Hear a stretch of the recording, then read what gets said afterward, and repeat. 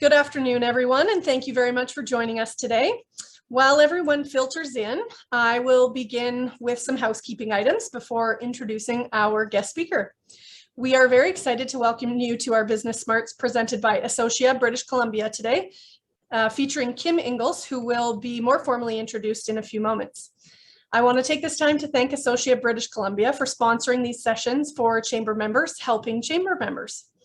I'm your special guest MC for today, Pamela Pearson.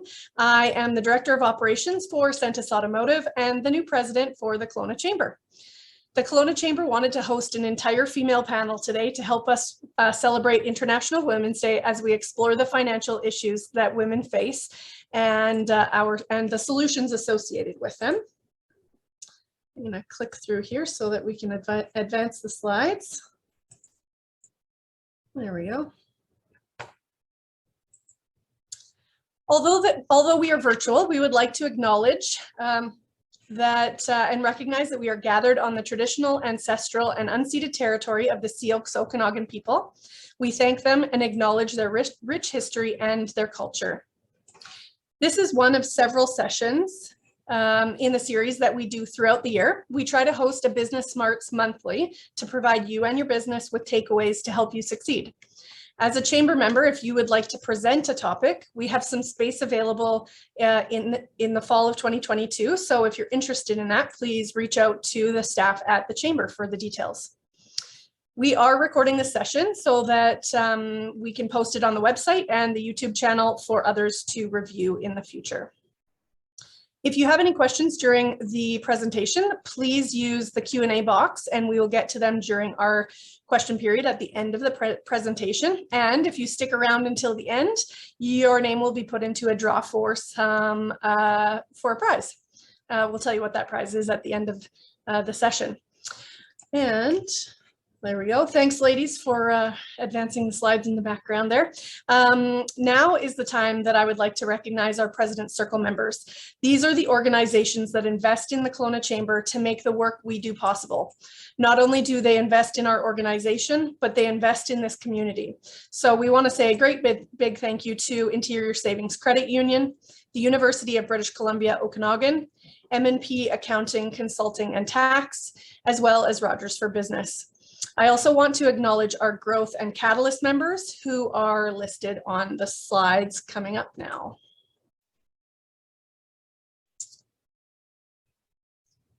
There is a lot of them, so thank you all very much. And finally, I would like to acknowledge TD Benefits and their partnership with Chambers Group Insurance. The Chamber this Chamber plan, is the #1 employee extended healthcare benefit program in Canada. So if you would like to explore more about what this program could mean for your business and your team, just give the Chamber a call. And although we want all ladies on the call today, Dan, the Executive Director from the Kelowna Chamber of Commerce, is butting in here quickly. We don't really know what it is that he has to say, but we're throwing it over to you, Dan. Thanks, Pam. And yeah, I don't know what I'm going to say either. I just like to, rock the boat a little bit. But no, in all seriousness, I wanted to come on and frankly, I want to listen to Kim.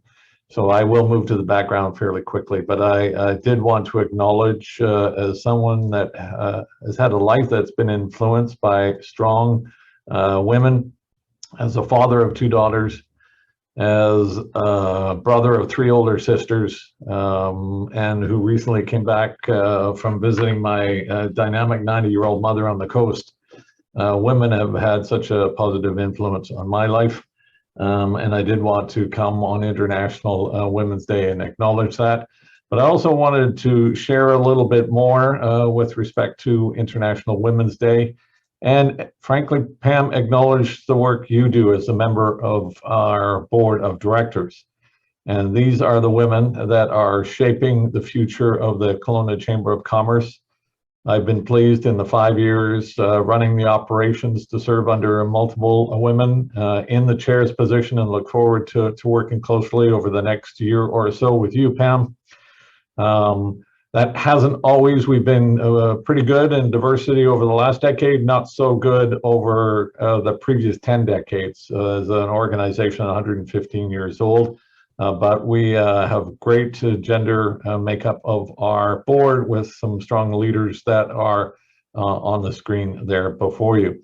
And that also extends to our operations. I want to acknowledge the team that's been working behind the scenes in getting this Business Smarts ready, particularly with Lauren and Michelle, but also Dickie, who's been with us almost 30 years, and Caroline, that's closing in on 10 years, have helped shape the work we do on a day-to-day, and I want to acknowledge and thank them for their efforts. And I want to just note there's lots of resources available on the Canadian Chamber website. Women have, and I mentioned this in passing in the past, the pandemic hasn't been fair to everyone. It hasn't treated everyone the same way, and women significantly have been impacted in business. And there's some great resources. There's a link there, but if you want it, you can just contact it. It'll be in our newsletter.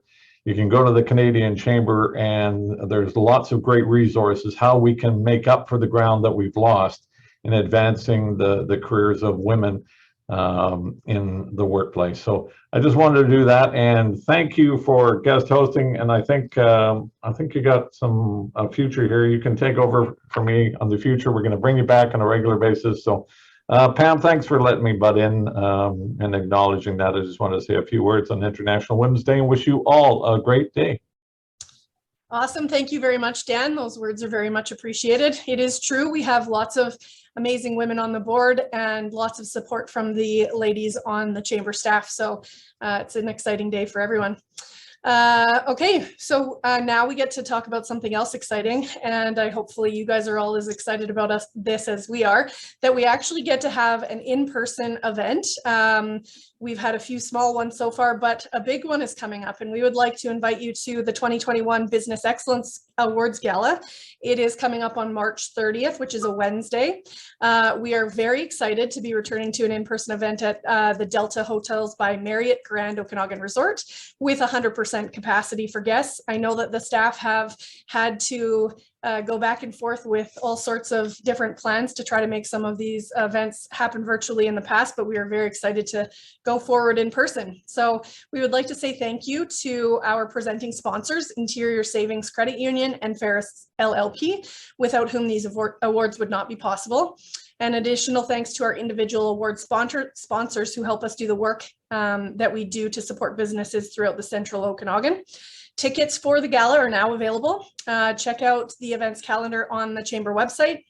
You can buy individual tickets. Tables of 8 and 10 are also available for purchase. Great way to reward your teams or your friends or your clients with seats at the table. So definitely check that out. Another event that is coming up a little bit sooner is March 16th for the State of the City with Mayor Bazran, again in person at the Coast Capri Hotel. If you would like to attend that, please check out the Chamber website to purchase your tickets. And last but not least, we have another virtual event coming up. It is the Kelowna Chamber's annual general meeting, which will be virtual on March 17th, which is a Thursday, and that's from noon till 1 o'clock. This meeting is open to all current members of the Chamber and their guests. There's no cost for Chamber members to attend, but pre-registration is required. And after all of that, I would like to introduce Carla Malmberg, Operations Manager with Associate British Columbia, to bring greetings as the Business Smarts sponsor. Let's say that 10 times fast, and to introduce today's speaker. Good morning, everyone. Thank you for joining us today. Associate is very happy to be sponsoring this event. Associate BC has been offering strata and property management services to communities in the Okanagan and Lower Mainland for almost 40 years. Our mission is to bring positive impact and meaningful value to every community that we manage. With Associate, you get the best of both worlds, the technology and support of a global company, and the hands-on personal service of our smaller local offices. Our innovative systems that were developed with strata management in mind help us delivering unsurpassed management and lifestyle services for our communities. We work to develop a teamwork mentality between the collaboration of our employees and our strata councils. We are proud also to have won the designation of the best place to work 3 years in a row. Currently, we're not hosting any of our educational seminars in person, but hopefully as things change, we'll be hopefully going back to doing so as well. I am also very pleased to be welcoming Kim Inglis as today's speaker. Kim is the founder of Inglis Private Investment Counsel, a financial advisory practice within Raymond James Limited. She collaborates with families, entrepreneurs, corporations, and charities to achieve her financial goals. Kim is a recognized authority in Canada on investments and personal financial strategies. She is regularly requested for interviews as a media commentator with appearances on BNN, Bloomberg Asset TV, and CTV news channels. Kim is also a financial columnist, and her work has been featured in most of the country's major newspapers, including the Financial Post and the Globe and Mail. Thank you for joining us today, Kim. Thank you, Carla, and thank you, Associa. That was a great intro. I'm really excited to be here today. I'm just going to share my screen with you. I'm really excited to be here on Women's Day of all days. What better day to talk about women and their finances? I'd obviously be remiss if I didn't talk about Women's Day a little bit here. The theme for this year is Break the Bias, which is a great theme. It essentially is, it's time to break the bias that holds women back from advancing in their careers. And I'm going to talk today about breaking the bias that holds women back from taking the reins of their finances. So with that, we've got a lot to cover today. So I'm actually going to just skip right through the agenda and just delve right into it. So first of all, women, we are a growing force, that's for sure. Women are set to control 93 trillion in wealth globally by next year, actually, which means that we will be set to control about 40% of all wealth. What's even bigger than that is over the next 40 years, there's going to be a massive wealth transfer happen, and women are set to inherit an estimated 70% of those assets. So what that means for women is that we're going to have a huge amount of purchasing power, and we're going to have that much more of a voice out there, which is a great thing. So with that, I thought I would start with some questions here. So let's start with a poll here. Let me know what you think, what percentage of women will be the primary financial decision maker at some point in their lives. So we'll just see what everyone kind of comes up with there if you want to answer your questions. Okay, so we'll close that poll off. What did everyone say? Okay, so we were close. Some of us got it right. We are actually 90% of women are going to be essentially alone at some point in their lives, which means that 90% of women are going to have to manage their finances on their own. Kind of, it can be somewhat scary numbers, but it doesn't have to be. And I'll talk about that a bit more as we go through this. Another poll for you. This is the last bit of work for you. So what is the average age, do you figure, of widowhood in Canada?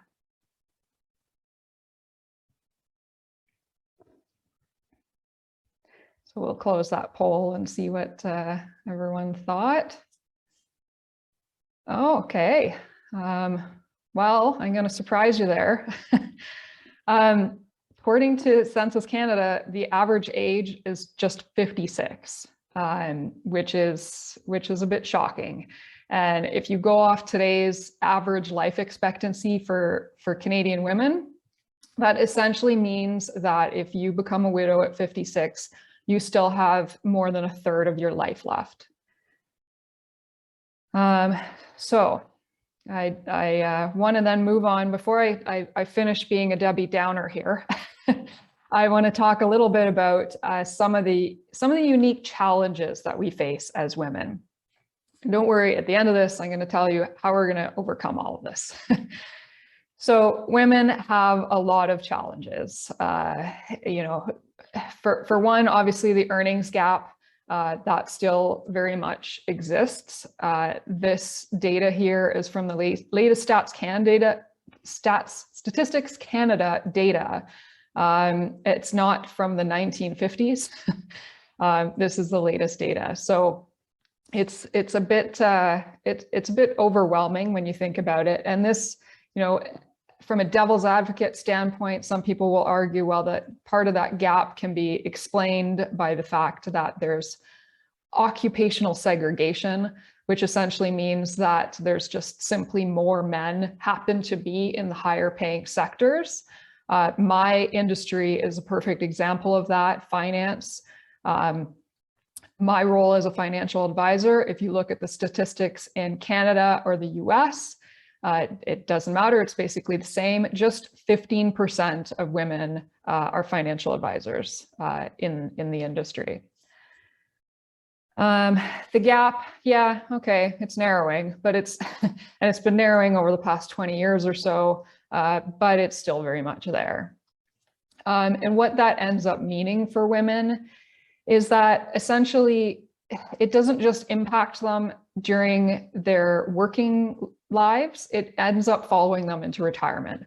Obviously, not surprisingly, if you make less money, you know, during your working years, you're going to have less in retirement to live off of. You know, also impacting women is the fact that women also tend to retire earlier. They often, you know, the average is that they retire about 2 years earlier, and that's usually to join an older spouse in retirement. So that also adds to these numbers there. Another challenge is that more and more women are running single parent families, whether that's either through personal choice or perhaps divorce or death of a spouse. This is important to note because, you know, it means that there's no income splitting, there's no sharing of expenses or that sort of thing. You know, caring for a family is hard, period, let alone on your own, and also on one salary. The other thing impacting women is that we are caregivers. You know, women are raising kids more often. They're also doing things like taking care of aging parents, maybe an ill spouse. 1 in 4 people will die of cancer. So that's, you know, that's a definite statistic. You know, perhaps later on, you're also looking after grandchildren while you may still be working.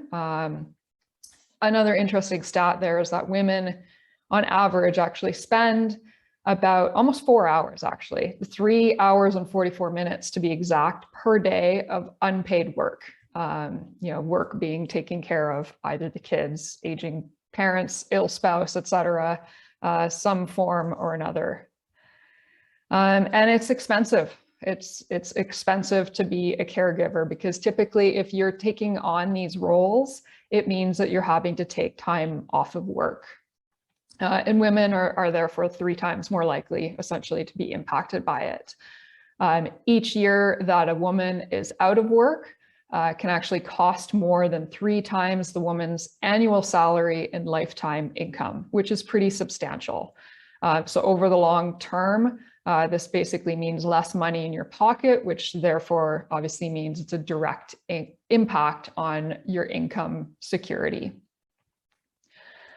Another problem that we have, not really a problem, but it is on a financial scale, is that we happen to live longer on average than men.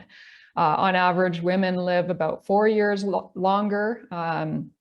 Canadian life expectancy right now is about 84 years for women and 80 for men. However, when you're doing your financial planning, because that number just keeps getting pushed out and out, we're planning now to age 95 and at a minimum. So it's something that definitely impacts the financial side of things. So what does this mean for you? After all of those terrible statistics, there's a positive to it. It's something that can be solved for. It basically means that, no matter whether you're single or married in common law or, whatever you are, it's time to be independent and take care of yourself. Take charge, take the reins, so to speak, and be prepared for that. And that's exactly what we're going to do today. So let's get into this. So basically what I'm going to do is, I know that we've got a lot of great women on the call today and of different ages. So what I wanted to do is basically walk everyone through some action items per whatever your age is, so that we can all take away something from this chat. So with that, I'll start with the women in their 20s. Basically, sum it all up, the world is your oyster. Now is the time that you want to get into good habits. First and foremost, you want to start by creating a budget. That's going to help you figure out, how you're spending your money, what adjustments need to be made, so that you can start paying off your debt and start saving at the same time. On that note, on savings, you definitely want to be starting an emergency savings account. You want to create emergency fund. I like to call a rainy day fund. Essentially the idea behind that is that if something changes in life, if you lose your job, there's some kind of medical emergency you need to deal with, or even car breaks down or something like that, you have a source of easily accessible cash available to you to be able to take care of that. In an ideal world, you're building an emergency savings account of anywhere between 3 to preferably 6 months worth of expenses. Again, for that rainy day, something happens and you need to deal with that. Obviously, you want to start investing. The sooner you do that, the better. You want to pay down your debt, especially high interest ones. So mostly credit card debt, all of that sort of thing. If you've got more than one type of debt, credit card debt, student loans, that sort of thing, prioritize the one that is the highest interest rate, because that's the one that's the hardest to deal with and the hardest to get rid of. So make a goal, ideally to pay it off by the time you're 30, but if not the end of the world, just get into that habit of paying that down. And now is also the time that you want to be establishing credit. Credit is something that a lot of people don't realize. Often you need it to get a job. You're also going to need it down the road when it comes time to look at buying a home of some sort, even buying a car. So definitely important things there. Your 30s. So 30s is basically when life starts to happen. The what do I want to be when I grow up actually becomes a reality. So in your 30s, you're probably into your career. Maybe you're married, maybe you're not. Maybe you're thinking about having a family. These are the sorts of things that happen in your 30s. So this is also the time when you really want to be really kind of hunkering down in terms of saving for retirement. You want to take advantage of a lot of the employer plans that you might have. A lot of companies don't have pensions anymore, so it basically means that you need to create your own. And take advantage of things like what was mentioned earlier with the TD benefits earlier in the call. Take advantage of things like that are offered to you. Pay off any remaining debt. So if you hadn't managed to pay it off by 30, just keep going with that. The same advice applies. Definitely focus on the highest rate card to pay off. Your 30s is also when you want to start getting some of your estate planning done. You want to get a will done and powers of attorney for healthcare and financial, which basically means that if something happens to you and you're not able to say what you want with your healthcare or financial, someone can look after that for you. This is especially important if you have kids. And if you don't, just get a simple will. There are very cheap options out there for very basic wills, even options online. Get something in writing. General estate planning as well. If you have kids, you definitely want to name a guardian for your kids who would take care of them if something terrible happened to you, that sort of thing. This is also a good time to look at reviewing your life insurance, especially, this is something that I see a lot, is that people get married and they get busy with life, but they don't really look at this. And it's especially important if you are married and have kids to look at things like life insurance and look at how you're covered there. Do you need that insurance to pay off your mortgage, for instance, if you were to pass, so that your significant other and children are taken care of, or maybe provide them with immediate cash to cover some of the liquidity needs that would come up with your estate, that sort of thing. The other thing you want to be looking at is things like critical illness and disability insurance. The kind of mindset behind that is that your biggest asset in life is your ability to earn an income. So if that's taken away from you, either through sickness or disability, this can help you with that. And it's usually best to do that in your 30s. Basically the younger the better, because it costs less. If you've got a family, you definitely want to get started on RESPs, registered education savings plans for your kids. Start these as soon as possible. You want to be able to take advantage of that tax deferred growth as soon as possible. And you also want to maximize the grants that are available to you from that. The grants that are available to you essentially give you 20% for free, so long as the RESP is used. And then you want to start thinking about your future. Is your family growing? Are you having more kids? Or maybe your parents moving back in with you, or moving in with you rather. Are you going to need a bigger house to deal with that? Or maybe you need to reno your current house in order to make that work. So start planning for that now. Okay. Into our 40s. So 40s, lots can definitely change in your 40s. Some surprises, perhaps, and some very normal events that happen. There's that list there are just a few of the changes that can happen in the 40s. It's often kind of called a crossroads, but it doesn't really need to be. This is when I would really encourage people to sit down and get a comprehensive financial plan done. If I was going to give you one takeaway from this slide, is that you definitely need a comprehensive financial plan at this point. You're at that stage where you're actually not that far off from retirement. When you think about it, and this is also this is the stage where a lot can happen. So you need to have a plan that can kind of juggle that and take advantage of things or adjust things, so on and so forth.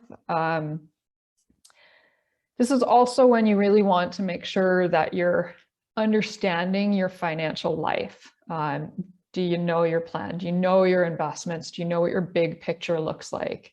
Basically arm yourself with that knowledge.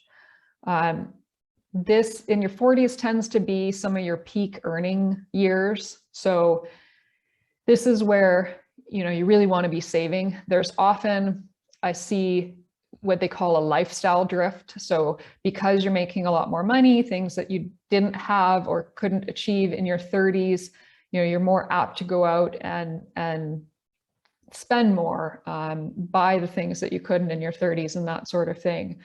So there can tend to be an temptation, I guess, to spend more during these years because you have that money available to you. But try to keep that reined in and focus on the saving, on your saving strategy. So, your saving strategy, much the way you were in your 30s of maxing out your employer plans, taking advantage of any employer plans. You also want to be maxing out your RSPs and your TFSAs in your 40s, paying down your mortgage. In terms of your investments, you want to make that automatic. I'm often asked, what's the better thing to do? Should I invest monthly or should I invest in lump sum? Typically, if you can, I would be recommending to do that more frequently. So do that when you're paid. Do that whether that's bi-weekly or monthly. Have that as a set automatic strategy where it's going into your investments. This means that you're basically taking advantage of something called dollar cost averaging, which means that you're basically staying on track with things regardless of what the market is doing. This is also a time when you want to start, when you're looking at your investments, you want to be checking your asset allocation. You shouldn't be invested the same way that you were in your 20s. The amount of risk in your portfolio should slowly decrease the closer you get to retirement. And while you're 40s, you still have some room to grow. You also can't afford big blowups in your portfolios. Insurance. Again, in your 40s, usually you've sorted out the insurance because we sorted that out in our 30s. But one thing I often see with women in their 40s is that, again, lots can change in your 40s. So I often see beneficiary information on insurance policies or your registered plans is out of date. Maybe it's got an ex-husband or an ex-partner on there, or perhaps the person you had named, maybe you had named your parents and they're no longer around, or maybe you'd originally named your estate because you didn't know who to name. These are things that you want to make sure that they're reflecting what your wishes are now and making sure that they're up to date. Looking at that level of insurance, is it too much? Is it too little? That sort of thing. This is also where you want to start to think about things you don't want to think about, like what happens when you're gone. So you want to get organized with that. You want to get what I call an estate memorandum, basically a document that would go along with your will that you would provide to your executor or tell them where it is so that if something happens, they can access it. And basically it's something that gives better instruction to them, makes their lives a lot easier if something did happen. It gives locations of documents, passwords, and all of that sort of stuff. And I've got here, create a fun fund.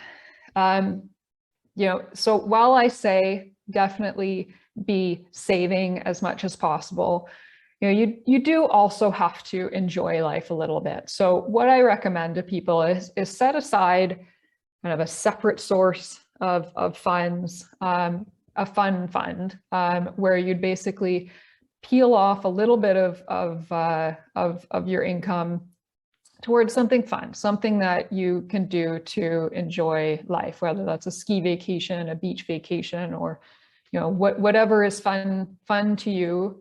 But remember, keep the bulk of your savings going into savings, but do remember to have a little bit of fun there. Okay, moving along into your 50s. So this is often where people might find themselves being an empty nester, or maybe their kids have become old enough that they don't want to hang out with mom and dad anymore. It's not cool. So they're a lot more independent. So this is where I often find people start to lose, I guess, a little bit of a sense of purpose. It's also where they're starting to think, okay, we're closer to retirement. what am I going to do once I no longer have a career that defines a large part of my life? So this is when you want to start to think about what life is going to look like when you're retired. How are you going to fill your time? What's going to fulfill you, basically? Start thinking about your lifestyle in retirement. Are you going to travel more? Are you going to pursue a hobby? What are these things going to cost? Often a general rule of thumb that you'll see used is that in your retirement, you're going to spend about 75% of your current income. But in my experience, that's often not the case. It can be for some, but for other people, they spend the same, particularly in their first few years, first decade or so into retirement, because they're traveling a lot more. But travel's expensive. So you might be spending the same thing. On the occasion, people are spending even more. It's a very individual number as to what you're going to spend in retirement. So once you've started to think about this, that's where you want to go back to that financial plan, and you want to tweak it, and you want to make sure that's reflecting what you're wanting to do, essentially. And you also want to be figuring out things like your CPP benefits and any other pensions that you have coming to you. When should you start drawing them? You want to figure out a tax efficient withdrawal strategy with those. What account should you take money from first, and all of that sort of thing. Estate planning. This is often a time in your 50s where, perhaps your parents have passed away and you've inherited some assets. You should be factoring these assets into your financial planning as well. You also want to factor in how you receive those assets, whether you're commingling those assets into marital assets or whether you're keeping them separate. Those are considerations that's a whole other conversation to have. You also want to talk to your kids. If you've got kids, you want to talk to them about what you want done once you pass over that rainbow bridge. You don't want to leave them guessing in a time period that's already really stressful for them. And finally, and this is something I don't see enough, unfortunately, is that you really want to get your kids working with your financial advisor. You want your kids getting educated on money and finance and investments and all of that fun stuff as early as possible. You also want them to get familiar and knowing your advisor, because that person can help them significantly, at whatever point it is that you pass over that rainbow bridge. So you want them working with your financial advisor as early as possible. And often financial advisors can have minimums, but they shouldn't for your kids. Into your 60s. This is statistically the longest period of your life. Again, women living significantly longer. I plan out in financial plans to live to 95. You want to plan for that long time horizon, because you don't want to plan to live to 80 and then end up turning out that you live to 95. You don't want to run out of money. It's expensive living longer, so you want to factor that in here. This is where I basically want to stress that this is where you really want to make sure that you fully understand your finances. Again, if you're potentially being a widow at 56, you need to make sure that even if your husband or partner, whoever that was, tended to be the person that handled the finances, you need to make sure that you have a seat at the table. You need to make sure that you understand what your financial picture is, because if that person passes away, whoever was handling all of that, you don't want to be in a whirlwind of grief and a whirlwind of financial decisions in that time period. I guess in the interest of time, I should move this along a little bit quicker. So in this time period, for your financial plan, what I would encourage is make sure you stress test the financial plan. Put in scenarios as to, basically life happens, plan for life happening, and knowing how you're going to take things, work scenarios into that. Work things in, even a lot of people forget about this, is that eventually you get quite old and likely you need long-term care, or maybe you need a caregiver. People don't really want to think about it, but it happens. And are you in a home that you can stay in, or could your home be retrofitted so that you can stay in it, or are you going to end up needing long-term care? Long-term care is very expensive. All of these things are very expensive, so you need to work that into the plan. This is also when you want to think about your legacy. How do you want your money distributed when you pass away? Do you want it going to kids, other family members? You want to think about things like, does that kid have a spouse that is perhaps, you have some worries about whether they would receive the funds or not. So in which case, do you need to look at setting up trusts and that sort of thing? Or maybe you want to leave the money to charity, or maybe you want a combination of it. These are things that you need to think about and put in writing. I would also emphasize here is that all too often, people don't have fun. They get to the stage of their lives and they always plan to have fun when they retired, but then they worry about having fun. They worry about spending too much money. If you have a comprehensive financial plan and you've worked through all of these numbers with your advisor, then there shouldn't be a worry about that, and you can have some fun. So you might be saying, well, okay, that's great, that's fine and dandy, but where do I actually start with that? I'm going to just kind of bump through these slides in the interest of time here, and you'll get a copy of these slides so that you can access all of these questions. But essentially, going through these questions here are going to help you put together a financial plan with your advisor, and going to help you get everything sorted out.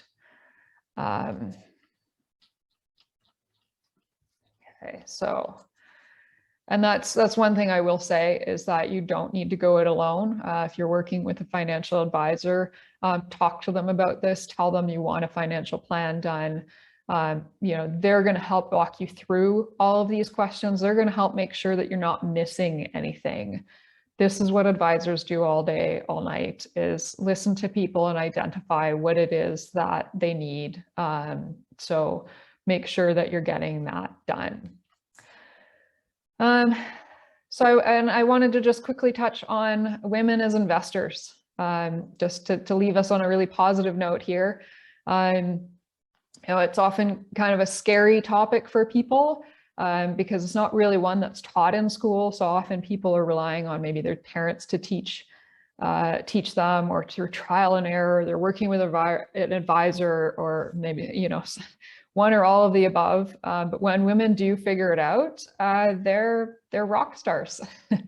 There are countless statistics, and this is just one of them, that women regularly outperform the men when they're investing. And it's very much a good thing. Women tend to be less risk adverse. They tend to not do some of the crazier things that men do with their portfolios. They don't panic sell when the markets are bumpy. They can see the bigger picture. They understand what their portfolios are going to do for them over the long run, and they stick with their plan. And that's one of the most important things in investing. So don't be overwhelmed by investing. It's something that women are very good at and are getting that much better at. And I'm seeing a lot more women getting more and more involved, getting financial plans done, getting involved in their investments, working with an advisor and really kind of taking the reins, which is amazing, which is great. So with that, we covered a whole lot of information, and I know I had to go through it pretty quickly because I think I got a little overexcited when I was preparing the presentation. So what I've got is basically little info sheets that have a lot more detail on each one of those decades. So if you want one or all of them, by all means, reach out to me and I will definitely get those to you. Also, if you're just wanting to learn, I've got a weekly financial planning and investment newsletter that I write myself. I can sign you up for that. Definitely, if I've got, once we're done the Q&A here, if there's any remaining questions, let's just shoot me a note and I'm happy to help. I'm happy to just answer questions and make sure that you're informed. And if video is more your thing, I do a lot of TV interviews. So if you want to know what thoughts are on the market or different things like that, then you can check that out. So you can reach me on all these various social media. So we'll move forward with some Q&A. Awesome. Well, thank you so much, Kim, for joining us today and helping us celebrate International Women's Day. I think it's inspiring to see that there's so many women taking control of their financial future. And I really liked your point about, let's make sure that we are planning for the future, but let's also have some fun along the way, because that's really important too. I also want to thank Carla from Associa, British Columbia, for being here today. Carla, if you have any questions, feel free to jump back on. But otherwise, we'll move into our Q&A session. So if you are on the call right now and you have any questions that you would like Kim to answer, please type them into the Q&A. I think I have something in the chat. No, we're just saying, Stacy's saying thank you very much. Go back to the Q&A session here. So give everybody a second to write in there if they have any questions. But in the meantime, Kim, if you could answer for us, if somebody has some money that they want to invest, but they kind of only have enough for one or the other, which would you prefer, which would you recommend that they invest in, whether it's a TFSA or an RSP? And does that depend on what stage of life they're in? Yeah, that's a good question. I get asked that all the time. It does very much depend on where you're at with things. So if you're, for instance, if you're a younger person, let's say you're in your 20s and you're not earning a lot of money yet, you may not really be, if you're in a low income bracket, you're not really going to get as much of a benefit from the RSP, and maybe you need more flexibility than an RSP offers. So for those people, a TFSA is going to likely make a lot more sense for them. It has a lot more flexibility. And again, at that stage in life, because they're not earning as much, they don't need the deductions as much. Later on in life, when you're making more money, definitely that's when you want to be maxing out your RSPs. What you can do is you can basically maximize your RSP contributions by maximizing the RSPs. Then you get that deduction, you get the money back from the government, and then you can use that money to fund your TFSA and then grow that there. So you're basically maximizing both, because they both very much have benefits to them. It's that's the best strategy for taking advantage of all of it. Excellent. Okay, thank you. Okay, so I have a question coming in here.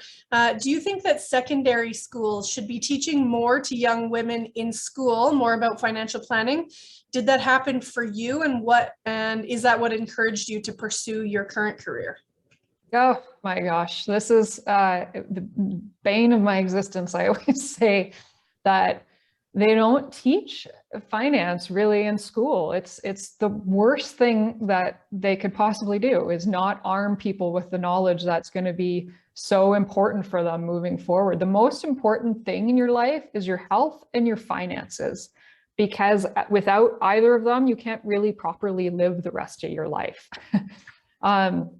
So by not teaching it in the schools, they're doing a big disservice to their children, for sure. So hands down, I definitely, I definitely think that they don't teach it enough, because they don't teach it at all, pretty much. So, and again, it ends up meaning that people need to rely on their parents to teach them, and maybe their parents, it's not their forte.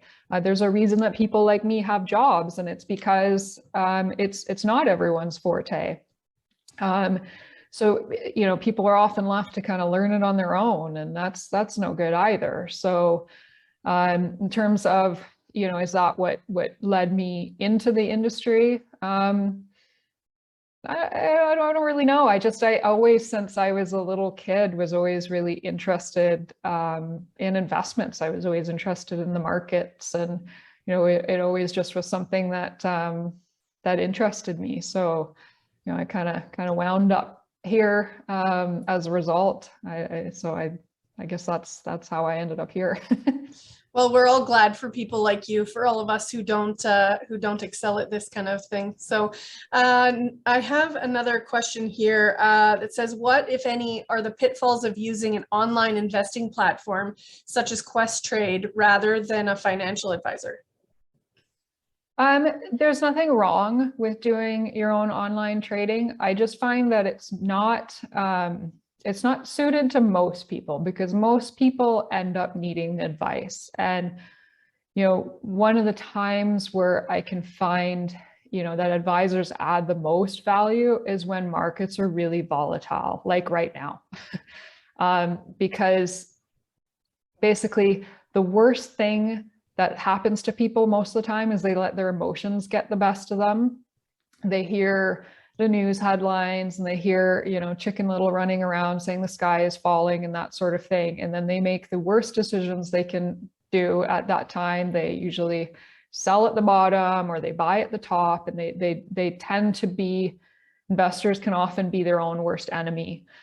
So one of the things, from an investment standpoint, that advisors help with is help people through behavioral finance, basically help people from being their own worst enemy, help them from making those bad decisions, hold their hand, so to speak. It's more than that, but essentially, making sure that people are making the right decisions as opposed to listening to all the noise. Excellent, thank you. Okay, one more question here we probably have time for. If someone has money to do something with, what is better for them? Should they pay down their mortgage or should they invest the money? Yeah, so that's another question that I get asked a lot.